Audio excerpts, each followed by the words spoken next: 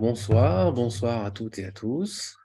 Merci d'être venus ce soir, de vous être connectés pour cette deuxième conférence de l'Institut de santé et sagesse intégrale. Ce soir, notre thème, c'est un regard spirituel sur le burn-out. Alors, juste avant de commencer, quelques petits principes. Pour la fluidité, vous n'avez pas accès à vos micros pour le moment, mais si jamais vous avez envie d'intervenir, vous pouvez le faire soit en postant un commentaire dans le chat et j'y répondrai, soit en levant la main dans les réactions et on vous donnera la parole. Vous pouvez intervenir quand vous avez envie. Voilà, donc si je suis au milieu d'un propos, je continuerai bien sûr ma phrase, mais si jamais n'hésitez pas à intervenir. Voilà. Alors, burn-out. Le burn-out, c'est une maladie, certainement une maladie, qui est actuellement une véritable épidémie. Alors, c'est une épidémie non virale, contrairement à ce qu'on a connu depuis 3 ans, mais c'est une épidémie. Et pourquoi on peut dire que c'est une épidémie? C'est parce qu'il y a eu une étude très intéressante qui a été faite par le ministère du Travail et par la médecine du travail en France et qui nous révèle que 2,5 millions de personnes en France se déclarent en burn-out ou proches du burn-out. Ça veut dire qu'on a environ, ça doit faire quelque chose comme aux alentours d'une quinzaine de pourcents des employés en France qui se déclarent comme étant en burn-out ou comme étant proche d'un épuisement professionnel. Et ça, c'est quelque chose d'assez important. Alors, la France a cette spécificité par rapport à d'autres pays, qu'elle est le pays certainement où les conditions de travail sont les plus difficiles. En effet, on est très haut dans le palmarès, malheureusement, par exemple, des accidents du travail. Je crois qu'on est parmi les pays de l'OCDE, ou je ne sais plus si c'est quel classement, mais on est aux alentours, on doit être à la 5e place des pays qui ont le plus d'accidents du travail, largement devant des pays équivalents comme l'Allemagne, l'Italie, la Grande-Bretagne, etc. Alors même que, en plus, si on regarde la structure économique de la France, on s'est largement désindustrialisé lors des 40 dernières années, et donc on pourrait penser que les travaux les plus pénibles, finalement, ont été réduits considérablement lors des 40 dernières années. Donc en France, 2,5 millions de personnes qui se déclarent en burn-out ou proche du burn-out. 35% des personnes qui se déclarent en détresse psychologique. Alors, on n'est pas encore au stade à en arriver au burn-out, mais à la détresse psychologique. Ce sont des chiffres qui ont été faits avant la crise épidémique du Covid. Donc, cette détresse psychologique n'est pas liée à toutes les mesures qu'on a pu connaître, que ce soit les mesures de port du masque, les mesures de confinement, etc. Et 9%, entre 9 et 15% des personnes sont relevés par la médecine du travail comme étant sous emprise alors c'est ce qu'ils appellent sous l'emprise d'addictions très toxiques. On ne parle pas juste de la cigarette, hein, mais on parle d'alcoolisme avancé, on parle de prise de drogue, etc. Donc, voilà. Si on ajoute à ça 2020, 2022, qui ont été des années assez catastrophiques, où on a eu des pics jusqu'à la moitié des employés qui ont pu se déclarer touchés par des troubles psychologiques au travail, notamment liés au télétravail, à la précarité dans certains métiers, aux problèmes économiques de tous ordres, et à la précarisation, au manque de frontières entre vie professionnelle et vie personnelle, etc. Donc, constat, le burn-out, on va définir après ce qu'est un burn-out, etc., est aujourd'hui une véritable épidémie, une épidémie du monde du travail. Alors, ce qui est intéressant aussi, c'est de s'apercevoir que quand on regarde qui sont les personnes qui sont touchées, il est très difficile de faire un portrait type de la personne qui va faire un burn-out. Ça touche autant les hommes que les femmes, ça touche autant les cadres que les employés, ça touche autant les salariés que les indépendants, ça touche autant les ouvriers que les cadres, que les employés ou que les ouvriers, et ça touche à peu près toutes les classes d'âge. C'est-à-dire qu'il n'y a pas des jeunes qui feraient plus de burn-out que des quinquagénaires ou autres. Non, c'est quelque chose qui est assez développé sur tout le spectre de la population d'employés, de professionnels. Et un autre constat, avant de redéfinir un peu ce qu'est le burn-out et de parler de notre sujet ce soir, un regard spirituel sur le burn-out, c'est que quelque part, moi je trouve que le burn-out est un sujet qui est tabou. Qui est tabou parce que on en parle finalement assez peu, ou alors quand on en parle, c'est pour en rejeter les causes dans la sphère personnelle des gens. De dire, finalement, si telle ou telle personne fait un burn-out, eh bien, c'est parce qu'il ou elle n'est pas assez résistant, c'est parce qu'il ou elle a des problèmes personnels, c'est parce qu'il ou elle ne sait pas gérer ses émotions, etc., etc. Et on va aller jamais regarder totalement les causes profondes et ce que la personne a à dire sur ce qu'elle est en train de vivre. Alors, on parle du burn-out parfois aussi un peu à tort et à travers. Et je pense qu'avant de venir à notre propos de ce soir, il était important de faire une définition. Qu'est-ce que c'est qu'un burn-out?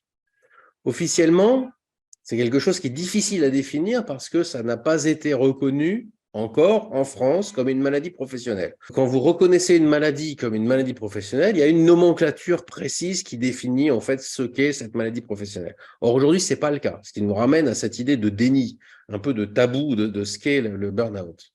Donc, ça veut dire qu'à chaque fois, ça va être traité de manière individuelle, où chaque personne qui se dit touchée ou qui est touchée ou qui est diagnostiquée comme étant touchée va devoir faire une déclaration et va devoir prouver à la sécurité sociale, au prud'homme, s'il doit aller au prud'homme auprès de son employeur, etc., que l'origine de son trouble est une origine professionnelle. Donc, on va redéfinir un peu ce qu'est le burn-out. Le burn-out, c'est en réalité ce qu'on appelle un état d'épuisement professionnel. En français, le mot burn-out, c'est l'épuisement professionnel.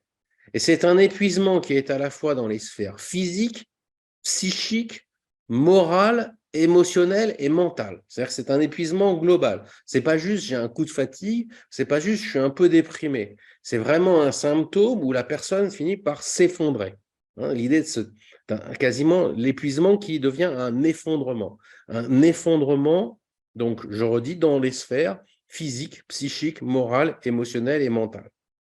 Et la deuxième partie de la définition que l'on trouve malgré tout, c'est que cet état d'épuisement a lieu en réaction à des contraintes liées au monde du travail. Alors, on verra. Aujourd'hui, on parle aussi de burn-out parental, de burn-out dans d'autres sphères, mais au départ, le burn-out tel qu'il a été défini, ça vient d'une histoire, des années, ça remonte aux années 60-70, où aux États-Unis, on a vu qu'il y avait de plus en plus, et c'était dans le monde des soignants qui n'arrivaient plus à remplir leurs fonctions, et notamment qu'il y avait des grosses difficultés émotionnelles face à des malades.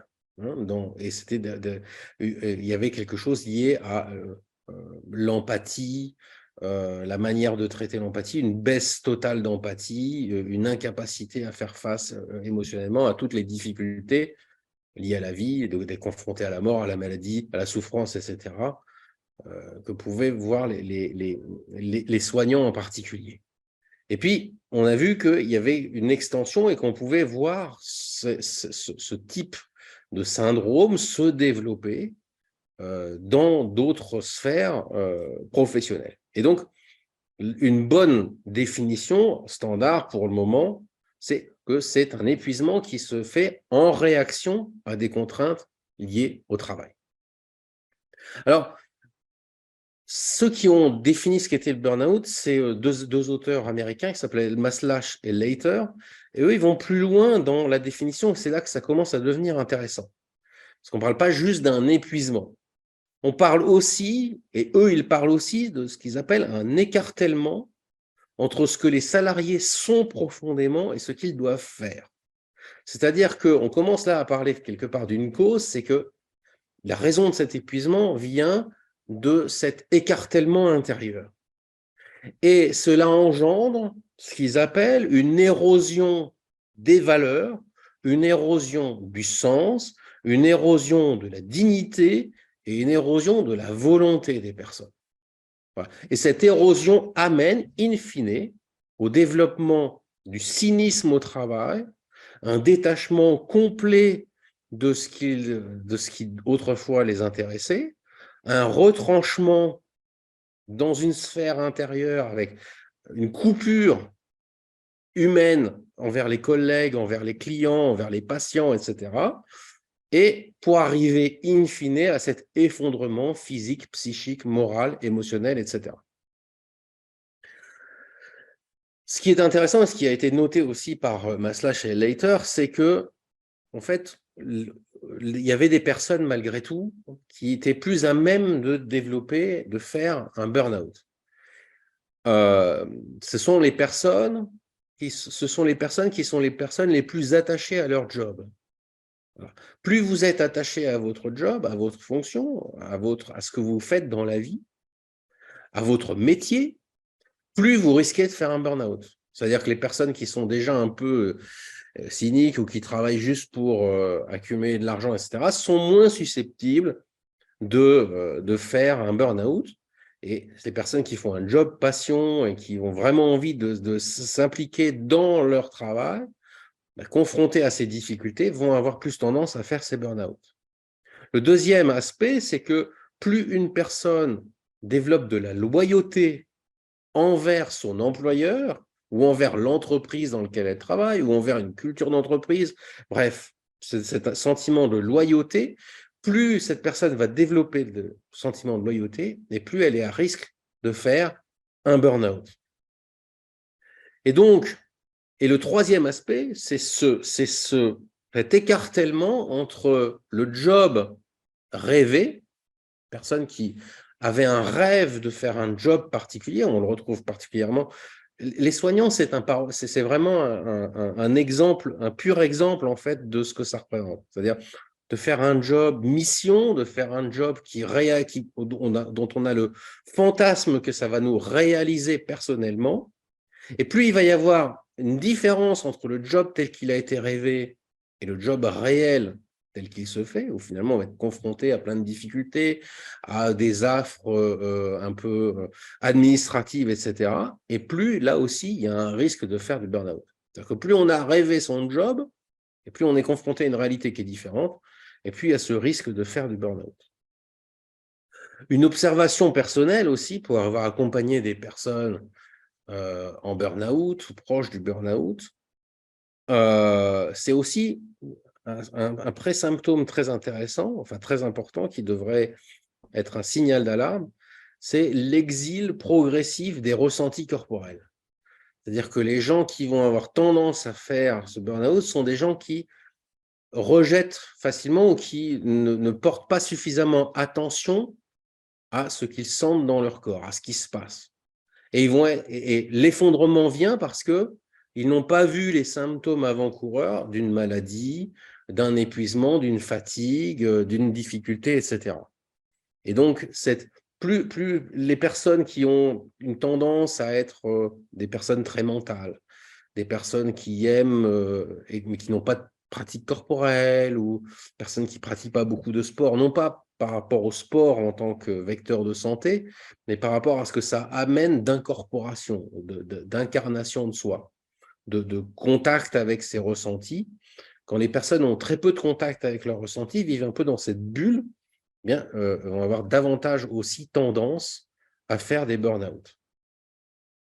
Alors, on va parler un peu plus profondément des symptômes du burn-out. Donc, on a parlé de cet épuisement émotionnel. Le deuxième aspect, c'est le cynisme vis-à-vis du travail. C'est la baisse de l'accomplissement, la baisse de sentiment de l'accomplissement, c'est-à-dire qu'on n'a plus l'impression du tout de s'accomplir dans ce qu'on fait. De plus en plus l'impression d'être finalement, perdre le sens de sa vie, perdre le sentiment de réaliser quelque chose d'important, et puis l'exil de soi-même, c'est-à-dire d'être de plus en plus détaché même de l'image qu'on a de soi et d'être exilé complètement, détaché d'une bonne image de soi. Les symptômes, on en a parlé, donc il y a des symptômes physiques, il y a des symptômes cognitifs, il y a des symptômes émotionnels. Les symptômes cognitifs, c'est très important parce que c'est aussi, on s'est aperçu, les gens qui font un burn-out ont une baisse complète de leur capacité cognitive.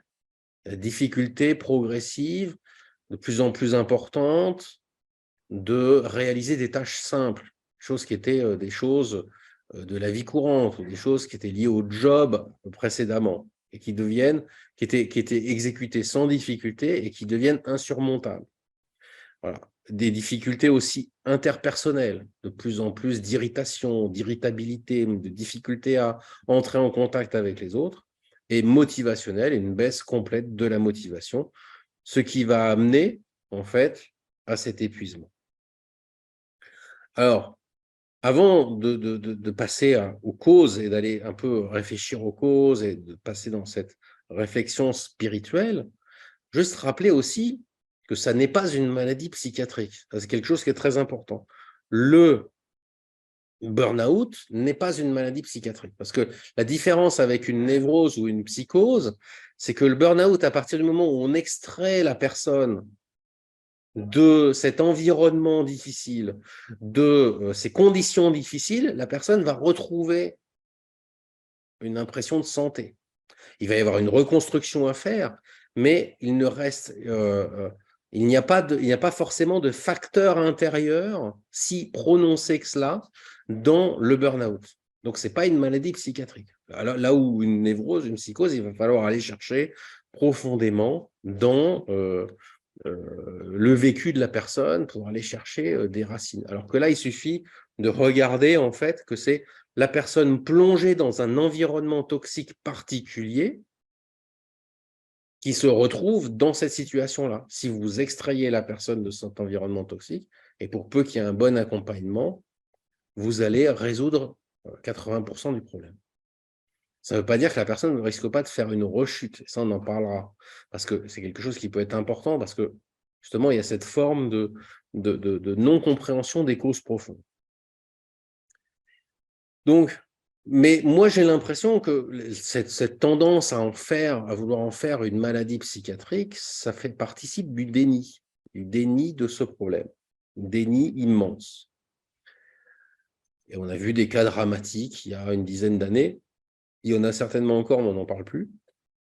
Les suicides chez Renault, chez France Télécom, les vagues d'absentéisme importants dans les hôpitaux.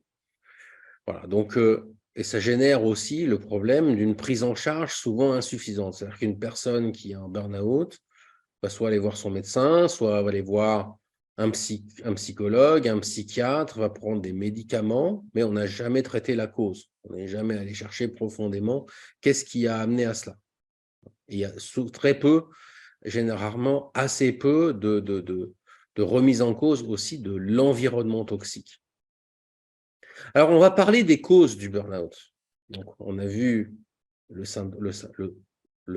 symptômes, les causes de ce syndrome du burn-out. Alors, moi, j'ai fait un classement en 3 parties. D'abord, les causes reconnues universellement, celles que vous avez trouvées dans la presse, etc. Voilà. Et puis, des causes qui sont sous-entendues et qui sont sous-jacentes, mais dont on ne parle pas, mais qui sont sous-entendues malgré tout dans ces causes reconnues. Et puis, des causes cachées, plus profondes, et c'est là qu'on va toucher à quelque chose de profondément spirituel. Les causes reconnues, quelles sont-elles? C'est simple, on dit, c'est le problème de la charge du travail, le problème d'un défaut de management ou d'un management toxique dans certains cas, le problème d'une organisation défaillante qui génère l'isolement des personnes ou qui soumet les personnes à des protocoles trop rigides dans lesquels la personne ne peut pas exprimer son individualité, la concurrence accrue entre les personnes, et maintenant en plus on a la concurrence avec les machines, avec l'IA demain, etc. donc qui oblige à être toujours au top de sa performance.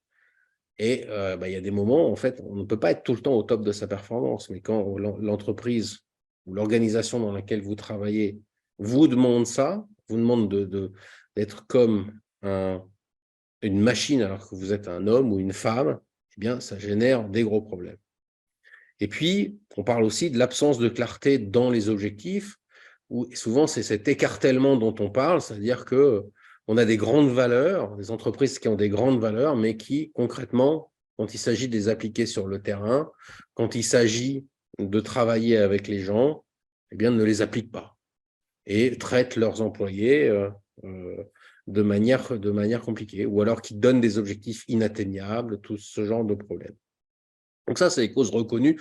Je ne vais pas développer autre mesure parce que ça, c'est quelque chose qu'on trouve facilement dans la presse, dans les publications sur le burn-out. Derrière ça, en fait, derrière ces causes reconnues, il y a des causes qui sont, moi, je trouve, sous-entendues. Et ces causes, c'est le problème de la performance. Et là, on va commencer à toucher à quelque chose de beaucoup plus spirituel. Pourquoi, en tant qu'homme ou en tant que femme, on devrait être performant et tout le temps performant? On n'est pas des machines. C'est aux machines qu'on demande d'être performant. C'est aux machines qu'on demande d'être infaillibles. Or, aujourd'hui, on commence à demander à des personnes d'avoir l'infaillibilité des machines. Ben non, une machine, ça ne tombe pas malade, une machine, ça n'a pas besoin de travailler, une machine, ça n'a pas besoin de reconnaissance. Or, on dit de plus en plus de se comporter ainsi. Donc, le problème de la performance. Est-ce qu'on réussit une vie parce qu'on est performant? Ou est-ce que la réussite d'une vie, l'estime de soi dans sa vie, vient d'autre chose, de quelque chose de plus complexe? Le deuxième, c'est le problème de la loyauté. On s'aperçoit qu'il y a de plus en plus d'entreprises qui demandent une adhésion totale à leurs employés.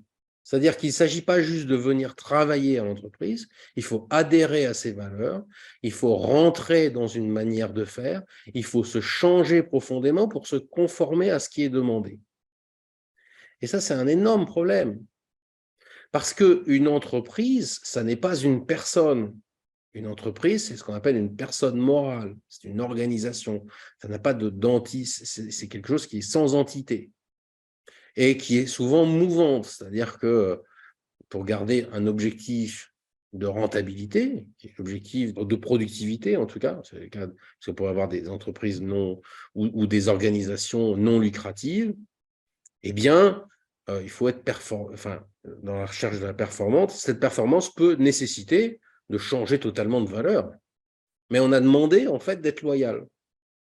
Donc, et cette loyauté envers l'entreprise, il faut vivre l'entreprise. Si vous regardez les entreprises typiques de cette nouvelle manière de demander une loyauté totale, c'est les GAFAM, les startups, les entreprises de ce type-là, où il faut adhérer au projet, adhérer complètement. C'est-à-dire qu'on n'est plus là juste pour travailler, donner sa force de travail, percevoir un salaire et pouvoir vivre à côté. Non, on doit vivre. Il faut vivre Google, il faut vivre Facebook, il faut en vivre l'intégralité. Et ça, c'est un énorme problème parce qu'on a vu que les gens qui font des burn-out sont les gens qui ont le plus tendance à cette loyauté. Et plus on va demander une loyauté importante aux gens, mais une loyauté qui est à sens unique en réalité, plus on va générer du burn-out. Et le problème, justement, il est celui-là. On est dans le cadre d'une loyauté à sens unique. On demande d'être loyal à son employeur, mais est-ce que son employeur, il est totalement loyal avec soi? Ou est-ce qu'à la première difficulté, il va me foutre à la porte dans un plan de licenciement? C'est cette asymétrie qui génère des difficultés. Le point suivant, c'est celui du totalitarisme managérial qui découle de cette nécessité de loyauté. À cause de cette nécessité de plus en plus demander d'être loyal, parce qu'on veut que les gens, en fait, c'est une raison de productivité derrière, d'être beaucoup plus productif, et quand vous êtes dans des fonctions et dans des jobs intellectuels, eh bien, la productivité, elle va se trouver dans le fait que vous êtes loyaux et que vous faites ce qu'on vous demande. Non pas forcément, il peut y avoir de la crédibilité, etc., mais dans le sens de l'entreprise, et uniquement dans le sens de l'entreprise. Et pour générer cette loyauté, il y a une forme de totalitarisme managérial. Ce que j'appelle le totalitarisme managérial, il y a un excellent livre là-dessus qui s'appelle L'entreprise totalitaire, je crois, qui est paru il y a quelques mois. C'est qu'on demande aux personnes de se changer, de se transformer pour devenir des acteurs économiques. C'est-à-dire qu'on n'est plus uniquement des humains avec nos richesses, on doit se changer, se transformer au contact de l'entreprise et devenir une autre personne. Et vous avez plein de doctrines managériales qui vous parlent de cela. La nécessité de générer un homme nouveau. C'est quelque chose qu'on trouvait dans le nazisme, le fascisme autrefois, le communisme aussi. Finalement, le management reprend ces grands termes. Un homme nouveau, un employé idéal que vous devez devenir. Et en plus, on va vous demander cette loyauté. Ce totalitarisme passe par le fait de, par exemple, l'effacement de la sphère publique, de la sphère professionnelle et de la sphère personnelle, où les entreprises vont prendre en charge carrément votre santé. Alors on se dit, c'est bien une entreprise qui prend en charge ma santé. Oui, mais si ça devient derrière une notation sociale, ou si je suis un peu trop gros, si je fume un peu trop, si, etc., je vais voir ma note, je vais voir ma note sociale, je vais voir ma notation annuelle être dégradée, là, il y a profondément un problème. Parce que l'objectif que j'ai signé dans mon contrat de travail, c'est de fournir un travail. Ce n'est pas d'être quelqu'un de différent de ce que j'étais. Ce n'est pas de me transformer, ce n'est pas d'améliorer ma santé selon les critères, en plus, non pas selon mes critères autonomes, mais selon des critères hétéronomes qui sont ceux de l'organisation. Donc, l'entreprise va prendre de plus en plus en charge tous les aspects de la vie de la personne. Si vous allez sur des campus Google en Californie, vous voyez les gens, ils passent leur vie dans l'entreprise. Ils n'ont plus de vie personnelle. Ils se marient dans l'entreprise, on rencontre des gens dans l'entreprise, on joue dans l'entreprise au baby-foot, on va au cinéma dans l'entreprise, on participe à des conférences de l'entreprise. Quelle est leur vie à l'extérieur? Et le jour où ça commence à tourner mal, c'est toute la vie qui tourne mal. Et donc, c'est quelque chose qui est problématique. Enfin, le troisième point sous-tendu, la troisième cause sous-entendue, c'est celle du problème de la conformité. Il y a eu un changement qui a eu lieu, qu'on a remarqué depuis au moins 25 ou 30 ans, qui est que les entreprises qui étaient autrefois très hiérarchisées se sont déhiérarchisées. C'est-à-dire qu'on est passé d'une organisation du travail qui était une organisation hiérarchique, avec une autorité qui, par la voie hiérarchique, descendait son organisation et sa manière de fonctionner, à des entreprises dites horizontales, où il n'y a plus de hiérarchie. Le problème, il est que, en fait, quand vous avez une autorité, peu importe le type d'autorité, c'est cette autorité qui tient, en fait, la cohésion de l'organisation. Puisque c'est elle qui définit les règles. À partir du moment où vous n'avez plus cette autorité et que vous êtes dans une organisation horizontale, où tout le monde est censé se manager lui-même, c'est ce qu'on voit de plus en plus dans de nombreuses entreprises. Se prendre en charge, être loyal, on vient d'en parler. La manière qu'a l'organisation de se tenir pour ne pas partir dans tous les sens, c'est la conformité. C'est-à-dire qu'on a remplacé l'autorité par la conformité. On ne veut plus juste des gens qui obéissent à une hiérarchie et qui font le travail pour lequel ils sont payés. Non, on veut des gens qui soient soi-disant autonomes, mais en fait, on les a choisis de manière conforme, de manière à ce qu'ils soient totalement conformes à ce qu'il leur est demandé, qu'ils se conforment, et c'est ainsi que par eux-mêmes, ils vont se manager. Je ne sais pas si vous voyez le principe ici de ce dont je parle. C'est-à-dire qu'on a internalisé le management. C'est-à-dire qu'au lieu d'avoir un manager qui vous contrôle, d'avoir un contremaître qui vérifie votre travail, d'avoir quelqu'un qui est là, qui vous donne un objectif et qui vérifie que cet objectif est fait, vous allez le faire vous-même. Pour être sûr que vous le fassiez vous-même dans le sens que veut l'entreprise, il va falloir que vous soyez conforme à ce que demande l'entreprise, conforme à 100%. Et deux, il va falloir que vous vous contrôliez vous-même. Et là, il y a une schizophrénie quelque part. Comment je fais pour me contrôler moi-même? Eh bien, je me contrôle moi-même parce qu'on a internalisé en moi le manager. C'est-à-dire qu'on a internalisé le fait que je fais attention à tout ce que je fais. Je suis en train, à chaque instant, de me dire attention, oh là là, est-ce que là, ce que je fais, c'est bien conforme? Est-ce que là, je suis bien dans le bon sens? Est-ce que là, etc., etc. Et ça, c'est cause d'une charge mentale extraordinaire. Parce que vous savez, que vous n'allez plus être simplement jugé sur vos objectifs et sur la réussite de ces objectifs, mais vous êtes jugé sur des critères purement humains, critères purement de caractère. Est-ce que je suis conforme ou est-ce que je ne suis pas conforme? Et deuxièmement, une part importante de ce jugement est intériorisée. Ça génère à la fin quelque chose de totalement schizophrénique et un écartèlement complet. C'est-à-dire que la personne est à la fois le travailleur et le contrôleur du travailleur. Comment vous voulez vous en sortir? Ça devient très compliqué. Et c'est comme ça qu'on a vu progressivement les entreprises se transformer et devenir non plus des lieux d'autorité et de hiérarchie, mais des lieux de conformité. Encore une fois, les exemples flagrants de cette nouvelle tendance managériale, c'est les GAFAM, c'est les startups, etc. Il suffit d'aller dans un open space d'un GAFAM, d'une startup, etc. Je pourrais vous montrer des vidéos hallucinantes de propagande où les gens parlent tous de la même manière, utilisent tous les mêmes langages, sont tous habillés pareil, ont tous les mêmes loisirs, etc. Et ça, à un moment donné, si vous êtes obligé de vous mettre dans un moule pour rentrer dans une organisation, mais que ce moule ne vous correspond pas, eh bien, vous avez un problème. Vous êtes totalement écartelé intérieurement. On vous oblige à être quelqu'un que vous n'êtes pas.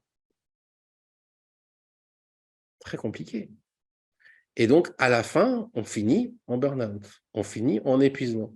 Mais les gens, n'ayant pas compris, en fait, ce ressort de conformité, parce que personne ne va vous dire qu'en réalité, pour travailler dans ces entreprises-là, il faut être absolument conforme.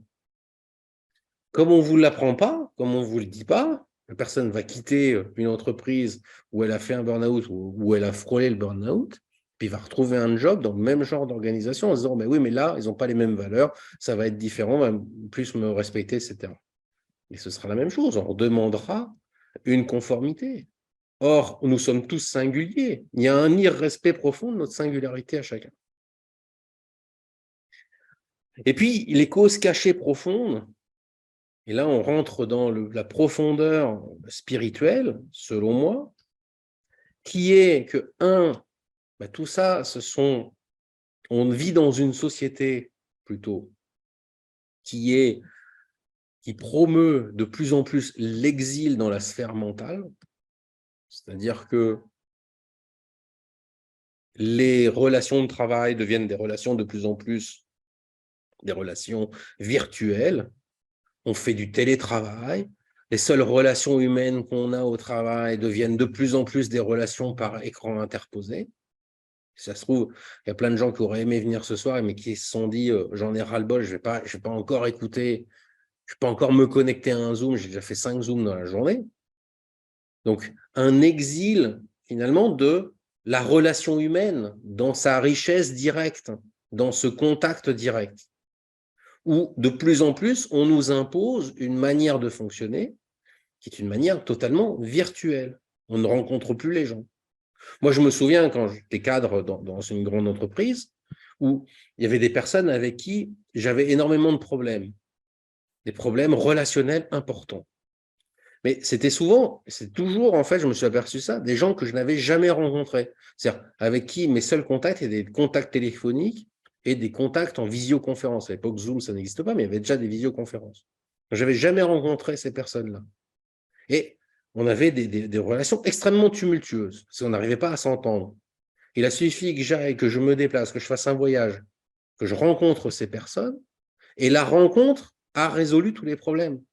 On n'a même pas eu besoin de s'asseoir à une table pour aller se dire aplanissons les problèmes. En fait, non, la rencontre est simple fait que on croyait se connaître, on ne se connaissait pas. Et donc cet exil mental fait que nous nous retrouvons, nous, être des humains déshumanisés. Et l'entreprise, de plus en plus, a tendance à prendre l'humain pour des machines.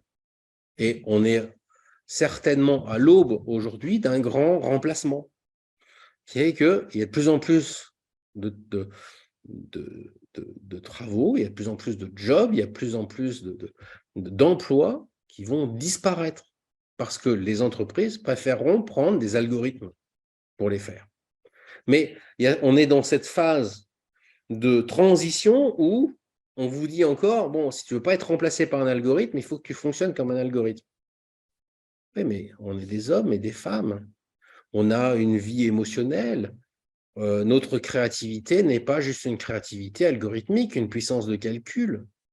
Il y a eu des études très intéressantes qui ont démontré que la créativité, les idées qu'on pouvait avoir, etc., venaient non pas de la capacité à réfléchir, mais des émotions. Plus les gens étaient capables de vivre leurs émotions, de les reconnaître, et plus ils étaient capables, en fait, d'être créatifs. Donc, il y a ici un énorme problème. Et moi, j'en viens à ma thèse principale, qui est qu'une thèse, mais que j'ai validée il y a quelques mois, plus d'un an maintenant, avec un éthologiste, c'est-à-dire quelqu'un qui étudie les animaux.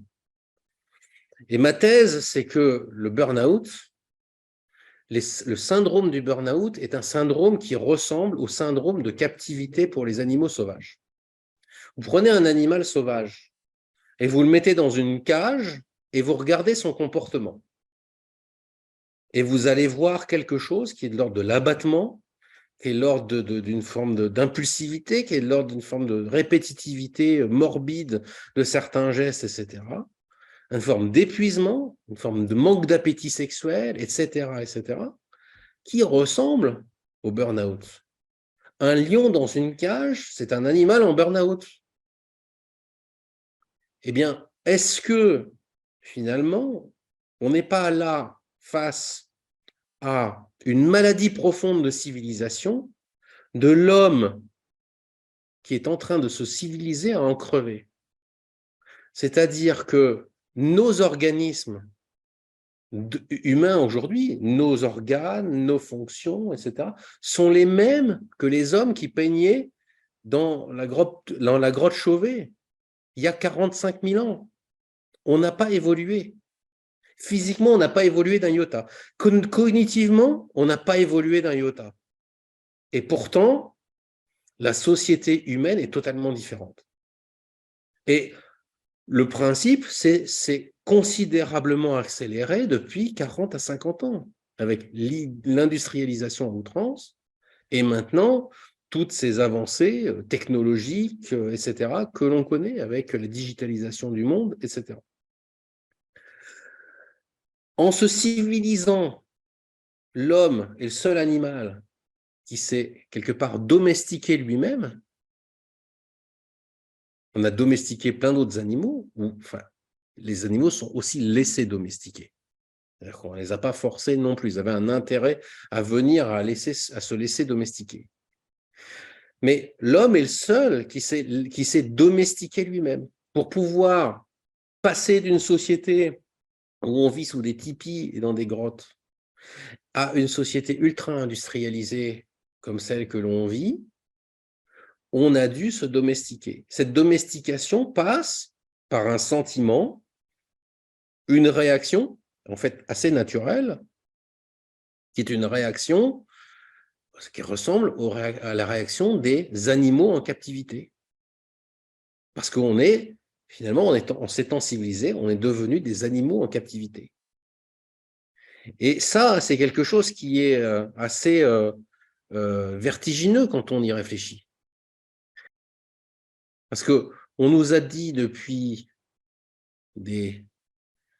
qu'on a commencé à nous éduquer à l'école, etc., et que la civilisation, c'était bien. La civilisation, c'était ce qui nous protégeait. Qu'avant, on était des sauvages et on s'est civilisé, et que c'est une évolution. Et aujourd'hui, confronté aux effets secondaires de la civilisation, et ils sont nombreux, il n'y a pas que le burn-out, il y a les problèmes environnementaux, les problèmes sociaux, etc., etc. Eh bien, on s'aperçoit que, est-ce que c'était vraiment totalement une évolution? Est-ce qu'on se respecte nous-mêmes dans ce que nous sommes en tant qu'animaux, et ayant des capacités physiques, cognitives, des régimes alimentaires particuliers qui nous vont normalement bien, et en artificialisant totalement nos modes de vie dans la civilisation, est-ce que nous ne sommes pas en train de nous perdre totalement? Et est-ce que le burn-out ne serait pas finalement le symptôme de cet état avancé de quasiment captivité? Je ne dis pas que j'ai raison à 100% sur mon propos, j'initie juste là une réflexion profonde. Comprendre aussi, par exemple, je vais continuer à filer la métaphore de la domestication. Quand vous domestiquez un animal, la question de savoir qui est asservi à l'autre, finalement, se pose. Si vous avez un chien chez vous ou un chat, qui est-ce qui définit la vie de l'autre? Est-ce que c'est le chat qui s'adapte à votre vie humaine ou est-ce que c'est vous qui progressivement vous adaptez à la vie de votre chat? Il suffit de voir tous les matins les gens dans les villes en train de promener leur chien de manière machinale pour se rendre compte que le chien est très content de se balader, l'homme un peu moins. Si vous avez un jardin, c'est la même chose. Vous voulez faire un jardin chez vous. Et donc, vous allez planter des plantes, etc., etc. Et puis, vous vous dites, je suis en train de domestiquer la nature dans mon jardin. Mais en fait, est-ce que ce n'est pas vos plantes qui, nécessitant de plus en plus de soins, sont en train de vous domestiquer? C'est-à-dire que vous êtes en train de faire tendre votre vie vers une vie entièrement orientée vers les plantes.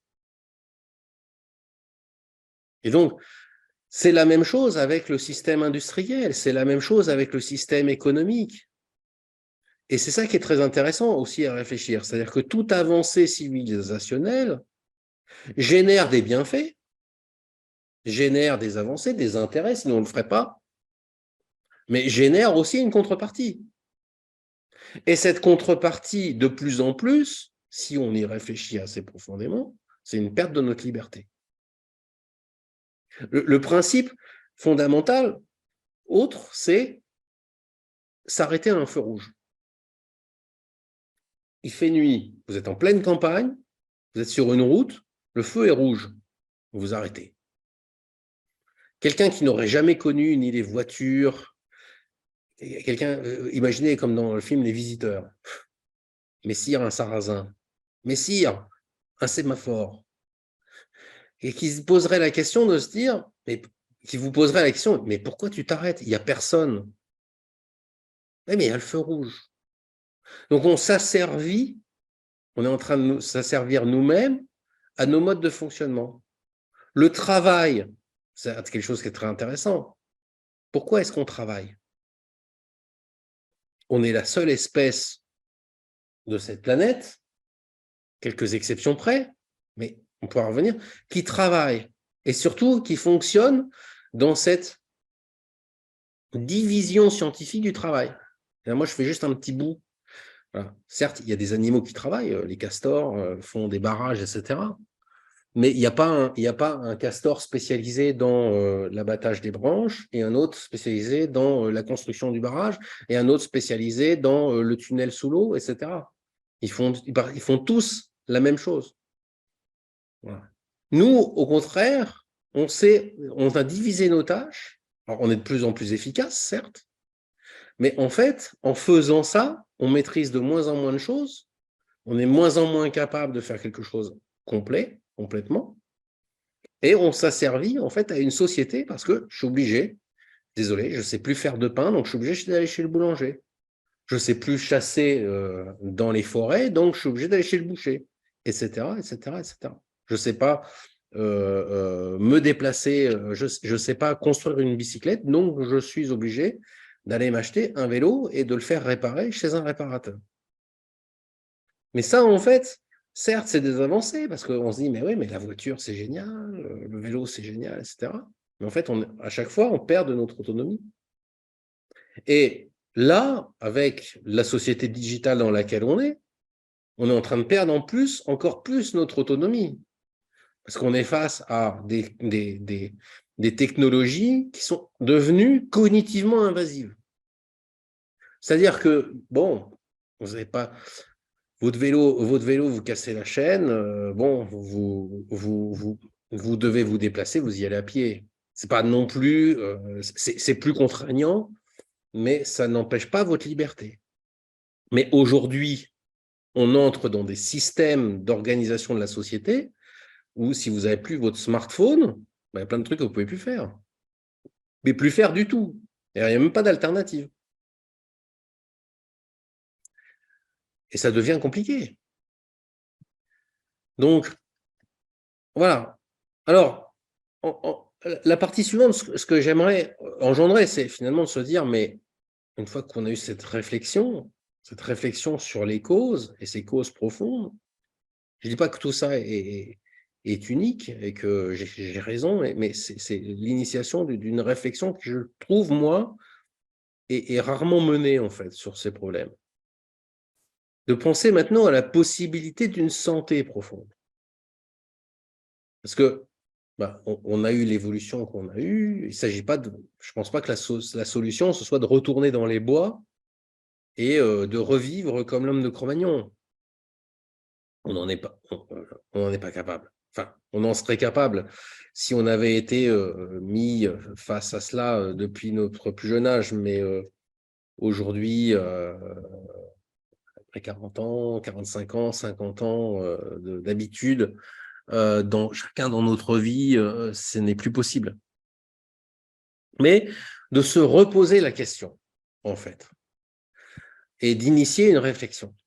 Et cette réflexion est, quel est le sens du travail? Pourquoi est-ce qu'on travaille? Pourquoi est-ce que je travaille? Ces questions qui paraissent toutes simples, mais quand moi, j'ai accompagné des gens en burn-out et que je les ai amenés à se reposer la question, mais pourquoi vous avez choisi ce travail? Et pourquoi vous êtes mis à travailler? Pourquoi vous avez choisi ce métier? Pourquoi vous avez choisi cette entreprise? On s'aperçoit que les gens ne se sont jamais posé ces questions-là. Donc, pourquoi on travaille?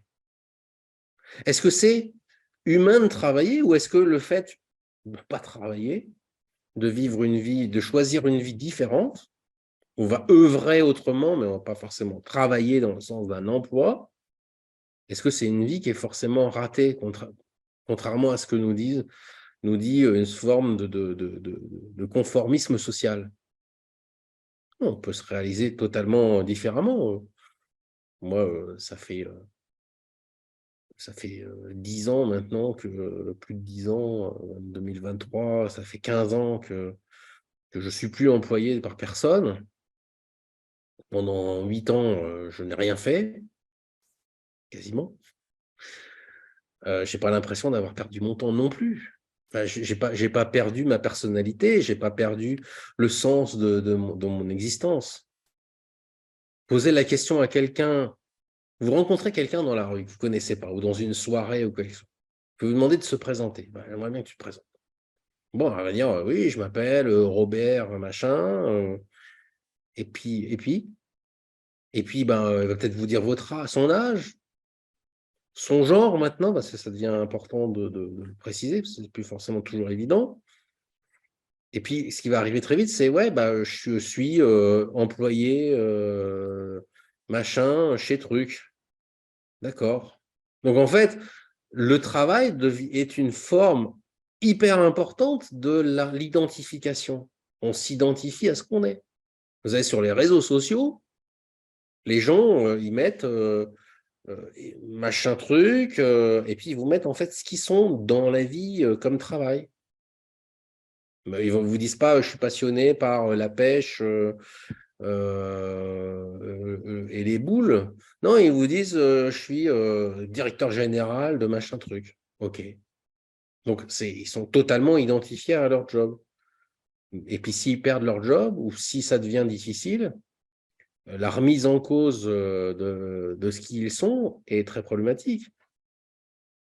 Donc, ce que je veux amener par là, c'est de dire que le burn-out, si on le prend par le bon bout, les gens qui en font ou qui sentent qu'ils pourraient en faire, le burn-out, c'est une super opportunité parce que ça peut être aussi une véritable expérience initiatique. Parce que ça peut amener à se poser toutes ces questions qu'on n'a jamais le temps de se poser, en fait.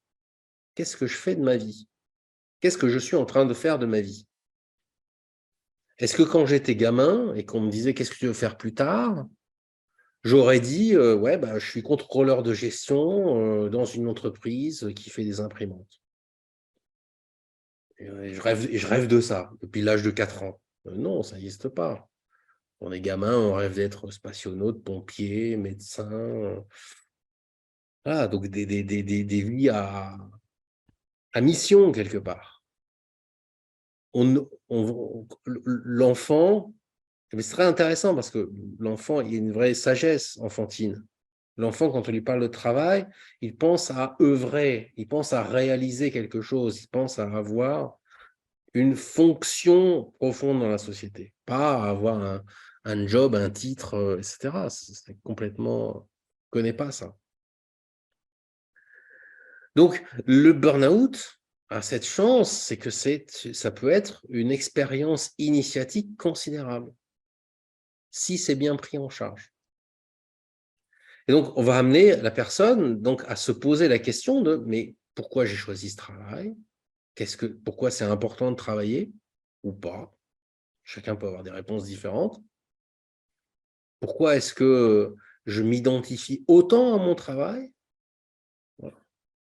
Est-ce que je me sens davantage une mission dans la vie ? Se raccrocher à la mission qu'on pensait avoir qu'on rêvait d'avoir quand on était gamin, etc. Et j'amène ici l'idée de, finalement, plutôt que de rentrer dans un moule sociétal, de se réinventer une vie faite de sens profondément. Puisque le burn-out, un des aspects, c'est la perte du sens, la perte du sentiment de réalisation. Donc, se redonner du sens. Penser le travail non plus comme... Travail, c'est intéressant comme mot, ça vient de tripalium. Le tripalium à Rome, c'était un instrument de torture. On empalait les gens dessus. Voilà. Sympa. Donc, vous voir d'où on vient d'un instrument de torture, et aujourd'hui, on a la valeur travail. Le gouvernement qui nous parle tous les jours, et jamais eu autant de chômeurs en France, mais tous les jours, vous parle de la valeur travail. Alors qu'on voit bien que le travail a de moins en moins de valeur, parce qu'il y a de plus en plus de personnes au chômage.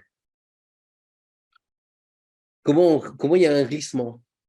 Et le mot travail, très intéressant, ça remonte à pas longtemps, en fait.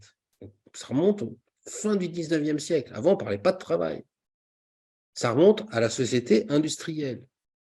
Et encore, on prenait un emploi. Voilà. Avant, on parlait de labeur, quand c'était quelque chose de difficile. Le labeur, c'est tout à fait autre chose. Le labeur, parce qu'il peut y avoir quelque chose de noble dans le labeur. Et on parlait d'œuvrer. Quand on était dans la société d'artisans et de commerçants, ce qui était important, c'était l'œuvre que réalisaient ces artisans. C'était juste des chemises en coton. Mais malgré tout, il y avait quelque chose de l'ordre de la réalisation d'une œuvre. Donc, retrouver le sens de l'accomplissement. Pourquoi j'ai envie d'œuvrer? Revenir à des choses plus simples. Et moi, j'introduis aussi l'idée qui vient d'un philosophe que j'aime beaucoup, que j'ai découvert il y a 2 ans et que je lis constamment, qui est Ivan Illich. Si vous avez suivi mes podcasts, etc., ou mes articles, j'en ai parlé. Et Ivan Illich, il a écrit un livre qui est excellent, qui s'appelle La convivialité. Et lui, donc c'est un critique forcené de la société industrielle, en disant que ce qui est en train de nous tuer, c'est l'industrie. Et lui, il dit qu'il faut, c'est créer une société conviviale. Qu'est-ce que c'est qu'une société conviviale? C'est une société où les normes qui nous font travailler, œuvrer, etc., ne sont plus des normes hétéronomes, c'est-à-dire qui sont imposées de l'extérieur par un système industriel, mais autonomes dans le choix que moi je fais du sens que je donne à ma vie. Je ne travaille plus uniquement par obligation, mais je travaille parce que c'est quelque chose qui vient de l'intérieur. Et le deuxième aspect de la convivialité, très important, c'est que lui, il dit que le problème fondamental qu'il y a, c'est qu'on ne maîtrise plus les techniques qu'on utilise au quotidien. C'est-à-dire qu'aujourd'hui, tous les systèmes qu'on utilise sont devenus tellement complexes qu'on est obligé de s'en remettre à quelqu'un d'autre pour pouvoir le faire fonctionner, à quelqu'un d'autre pour pouvoir le faire marcher. Et c'est valable autant pour les choses très technologiques, si votre ordinateur tombe en panne, vous n'êtes pas capable de le réparer vous-même, vous êtes obligé d'aller demander à quelqu'un, et voire même d'aller dans, j'ai un Mac, il n'y a pas d'autre moyen de le réparer que d'aller dans un Apple Store, et je sais très bien quelle sera la réponse, parce que mon Mac est très vieux, ça va être, il faut en acheter un nouveau. Donc en fait, je ne suis pas libre. Mais c'est valable pour plein d'autres choses. Aujourd'hui, les voitures, autrefois, vous pouviez faire, il y a 40 ans, vous pouviez faire l'entretien de votre voiture, que vous soyez un peu bon en mécanique, tout seul chez vous. Vidange, machin, tout ça. Aujourd'hui, avec toute l'électronique qu'il y a, c'est impossible. Vous êtes obligé de vous en remettre à quelqu'un d'autre. C'est facile de réparer un vélo, c'est difficile de réparer une voiture. Donc, tout ça, et donc tout ça pour dire qu'on est en train de perdre notre autonomie du fait qu'on ne maîtrise plus nos outils. Nos outils, ce qu'on utilise au quotidien pour vivre, et notamment pour travailler, on n'en a aucune maîtrise. Et lui, il dit, il faudrait recréer des techniques et des technologies qui soient plus simples et plus facilement maîtrisables, et pas détenues par d'autres. Et ça amène à une réflexion qui est presque marxiste, de se dire que est-ce qu'on n'est pas plus heureux finalement quand on détient la totalité de son outil de travail? Alors ça va amener à d'autres choses qui sont d'autres problématiques. Parce que quelque part, on peut s'asservir à beaucoup de choses. On peut même s'asservir à des idées. Mais le système technicien actuel est source de beaucoup de problèmes. Parce qu'on est en train de s'asservir, et je reviens à l'idée que j'avais dans la partie précédente, de s'asservir à des systèmes. Par rapport à la réflexion sur la cybernétique, sur le transhumanisme, sur l'IA qui est à notre porte et qui va profondément bouleverser le monde du travail, Ivan Illich, il donne un nouvel impératif. Alors, il y avait l'impératif absolu kantien qui dit « agis de telle manière que ton action puisse être recommandable et recommandée aux autres et soit de manière assez universelle. » Et là, lui, il dit « agis de telle sorte que ton action soit compatible avec la performance de la vie authentiquement humaine. » Je répète, « agis de telle sorte que ton action soit compatible avec la performance de la vie authentiquement humaine. » C'est très intéressant parce que ça ramène aussi à notre responsabilité dans ce que l'on fait. C'est-à-dire que de participer à un système industriel qui est en train de détruire l'environnement, qui est en train de détruire même demain, il y a des entreprises qui sont en train de travailler à ça sans forcément le savoir, avec l'IA, avec le transhumanisme, avec avec la robotisation, etc., qui sont en train de travailler à une action qui est pas compatible avec la permanence de la vie humaine, puisque c'est en train de détruire tous les liens sociaux, c'est en train de détruire tout un tissu économique, c'est en train de détruire même la définition même que l'on peut avoir de ce qu'est un homme ou une femme, de ce qu'est l'humanité. Et puis, le dernier point, dans la possibilité d'une santé profonde, c'est réapprendre à nous reconnecter à nous-mêmes. Un des aspects fondamentaux que moi j'ai remarqué chez les gens qui souffrent d'un burn-out, c'est leur déconnexion de leur ressenti. C'est cet enfermement dans une bulle mentale dans laquelle ils tournent en rond et où ils sont complètement déconnectés, il n'y a plus du tout de présence à eux-mêmes. Et donc, réapprendre à s'écouter, à être, à se connaître, à être ce que l'on est. Et c'est grâce à ça qu'on peut développer ensuite une autonomie. C'est quand je commence à me comprendre, à me connaître moi-même, que je commence à pouvoir dire quelles sont mes limites, parce que dans le burn-out, il y a clairement un problème de limites. Les gens qui ne sont plus capables de poser des limites de leur fatigue physique, etc., pour en arriver à des états catastrophiques. Et réapprendre donc à s'écouter, à se connaître. Beaucoup de gens ne se connaissent pas, ne savent pas qui ils sont. Moi, je vois à quel point les gens peuvent, quand je suis enseignant de méditation, quand on propose des retraites silencieuses, finalement, ça se passe bien, mais l'appréhension avant d'y aller est immense, parce que les gens se disent, mais qu'est-ce que je vais découvrir de moi-même? Il y a une peur d'être confronté à soi-même dans sa solitude, dans son silence. Et à partir de là, comment est-ce qu'on peut devenir plus autonome? Et moi, je recommande beaucoup l'autonomie dans la sortie du burn-out, l'autonomisation. Ce n'est pas forcément une autonomie au point que tout le monde doit devenir auto-entrepreneur, etc. Mais c'est une autonomie dans le sens de je définis moi-même quels sont les critères importants de ma vie. Et je ne suis pas dans un écartèlement entre moi, mon travail, moi, mon emploi, moi, mon identification à mon employeur, etc. Voilà un peu mon aperçu de ce soir. Moi, je vous propose un chemin, parce qu'on a défini un symptôme, des causes, la possibilité d'une sortie de ce symptôme, et finalement, comment on fait? Comment on fait? Et ce chemin, c'est le cheminement vers la santé, le retour à la santé. Comment on fait, enfin, quelqu'un qui fait un burn-out, ou qui en risque d'en faire un, pour le sortir de cette ornière possible, de ce danger? Et je vois en 3 parties. La première partie, typiquement bouddhiste, le triple apprentissage. Pleine conscience, pleine présence, pleine compréhension.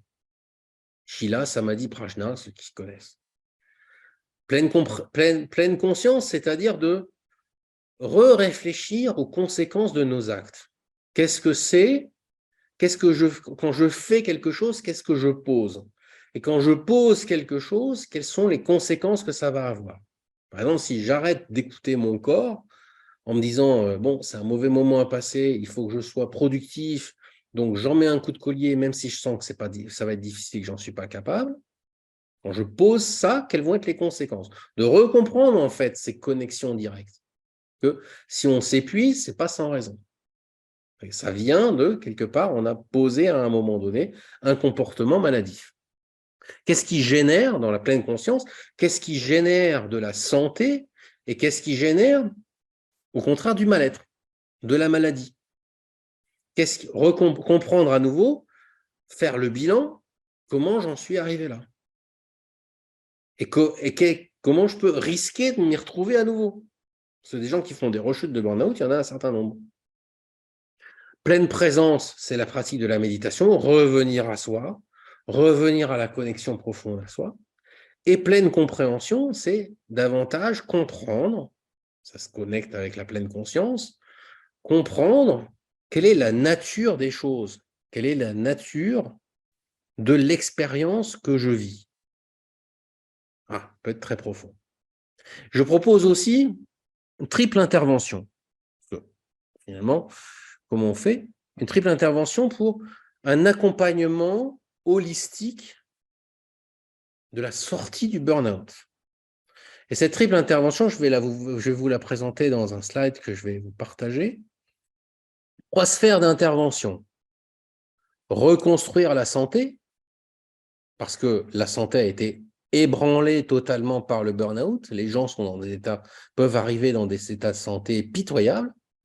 Reconstruire la santé par la naturopathie. Et dans la naturopathie, il y a 2 aspects. Il y a un aspect prendre soin d'organismes qui sont abîmés, et il y a l'aspect éducatif. Comment je fais pour comprendre en fait quels ont été les facteurs de cette maladie et pour reconstruire une hygiène de vie. Le deuxième aspect, c'est ce que j'appelle régénérer la santé par le coaching. Et là, je vais utiliser des méthodes de salutogénèse. Quels sont les salutogénèses? Ce sont les facteurs non médicaux de santé. Donc, on va réfléchir profondément à régénérer la capacité de se reprendre en main, de reprendre en main sa santé. Et le troisième aspect, qui est un aspect spirituel, se reconnecter en présence, retrouver la présence. Reconstruire la santé, eh bien, un bilan naturopathique qui va permettre de proposer un certain nombre de cures. On va commencer par une revitalisation parce que l'organisme est totalement dévitalisé. Rééquilibrage, éliminer les surcharges, rééquilibrer les carences. Et ensuite, la stabilisation, faire en sorte que ce rééquilibrage ne se redéstabilise pas au premier problème venu. Et puis, le deuxième aspect en coaching, régénérer la santé, développer la compréhension de ce qui s'est passé, comment j'en suis arrivé là, donner un sens à la crise que j'ai vécue, qui est cette crise de burn-out, comment j'en suis arrivé là, comprendre les causes, donner un sens, développer le sens précis, profond de ce qui est arrivé, trouver la leçon, en faire une leçon, transformer ce qui était un obstacle, une difficulté en leçon profonde. Parce que là, on cherche l'initiation, l'aspect initiatique que peut avoir le burn-out. Et puis, développer mes ressources, reprendre conscience et confiance dans des ressources externes ou internes que je peux avoir pour m'en sortir. Donc, il y a la compréhension, le sens, les ressources. Et puis, le troisième aspect qui revient au triple apprentissage dont je parlais tout à l'heure, l'éthique, la pleine conscience au quotidien, reprendre conscience de mes actes et de ce qu'ils engendrent, la méditation de pleine présence pour se reconnecter à soi, à son corps, développer davantage de présence à soi à l'instant présent, être moins perdu dans la sphère du mental, et puis la sagesse, comprendre ce qui génère malheur et bonheur, harmonie et disharmonie, santé et maladie. Donc voilà un peu mon principe. Pour conclure ce soir, j'ai été un peu long, j'ai déjà 1h15, et pour ouvrir la discussion, reconnaître qu'on est face à une maladie qui n'est pas du tout anodine, selon moi, qui n'est pas du tout liée simplement à une atmosphère de travail particulière, à des conditions de travail, mais qui est liée peut-être davantage à une défaillance civilisationnelle. Et proposer, c'est le sens de la dernière partie, un accompagnement holistique qui permettrait de s'en sortir, de nous en sortir, que les personnes en difficulté s'en ressortent. Et pas seulement s'en sortent, mais profondément soient capables de ne pas rechuter. Je vous remercie beaucoup de votre attention, je vous remercie de votre présence ici dans la salle et en ligne. Et puis, je vous souhaite une bonne continuation. Si vous avez des questions, n'hésitez pas à me contacter via mon site internet. Et puis, à très bientôt. Et puis, que tout soit propice pour vous. Au revoir.